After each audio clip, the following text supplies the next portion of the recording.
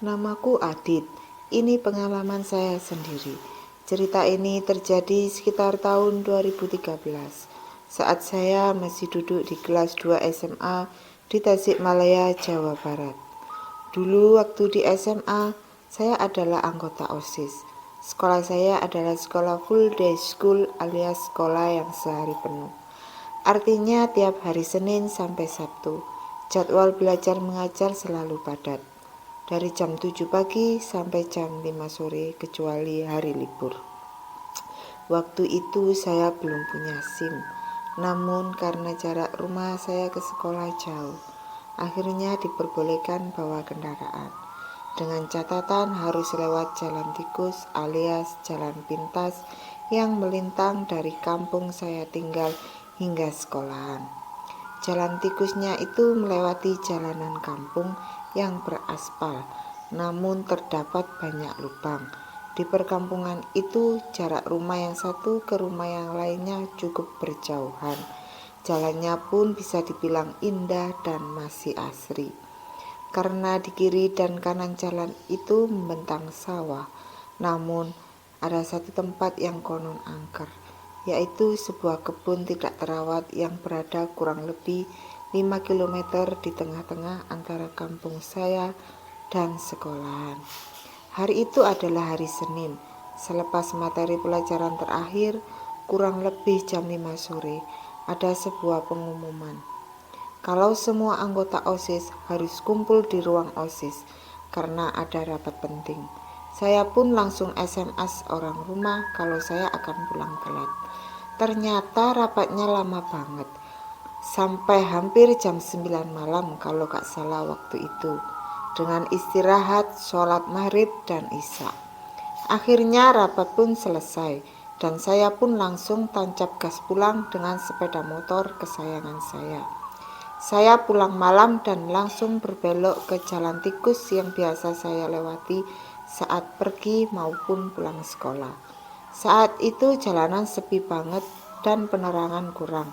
Jujur aja, sebelum pulang tadi saya sudah merasakan feeling gak enak. Ya, tapi mau gimana lagi, saya harus pulang. Singkat cerita, sampailah saya di titik angker, yaitu daerah kebun yang gak terawat itu. Saya tahu kalau kebun itu menyimpan kisah seram di kalangan masyarakat, tapi cuma jalan ini yang merupakan satu-satunya jalan tikus. Saya tetap gas kecepatan santai dan ngebut. Ketika mulai memasuki kebun tersebut, wow, gelap banget. Cuma ada saya sendiri yang melintas saat itu. Sebenarnya saya tidak terlalu merasa takut, tapi kejadian yang gak pernah saya bayangkan sebelumnya pun terjadi. Motor saya tiba-tiba mati mendadak. Kenapa kok pakai mogok segala sih? Ujar saya panik. Saya heran, kehabisan bensin kah? Gak mungkin tadi subuh diisiin bensin full sama om saya yang sempat pinjam motor. Ada kerusakan kah? Masa?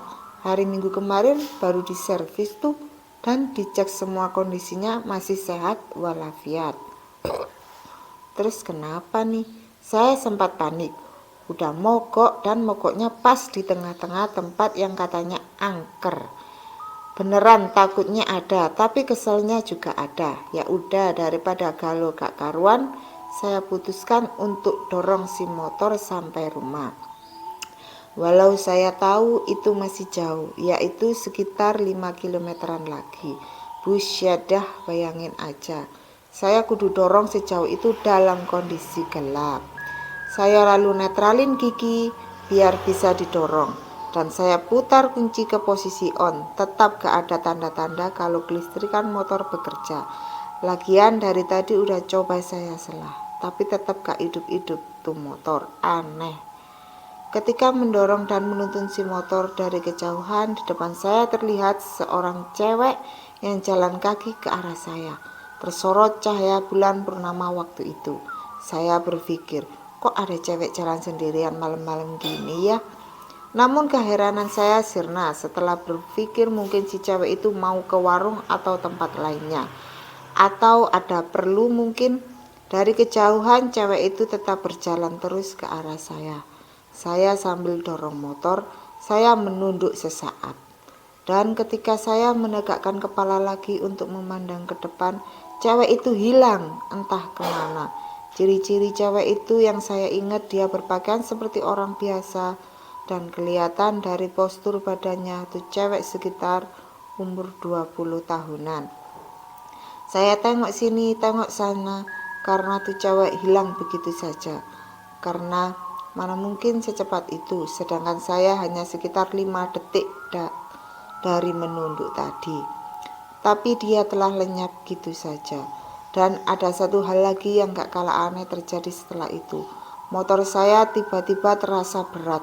Rasanya sedang menuntun motor dengan seseorang yang duduk di joknya. Tapi gak ada siapa-siapa. Makin jauh saya dorong makin berat dan tangan saya makin pegel. Aduh, udah mogok sendirian malam-malam gini, ada hal aneh di tempat angker lagi. Sungguh terlalu, begitu gumamku. Tapi walau tangan pegel tetap saya tuntun si motor. Pokoknya saya harus pulang dengan motor ini walau apapun yang terjadi. Makin lama makin berat, tapi saya terus mendorong. Tiba-tiba ada angin yang cukup gede niup saya. Cuma sekilas dan saya tercengang.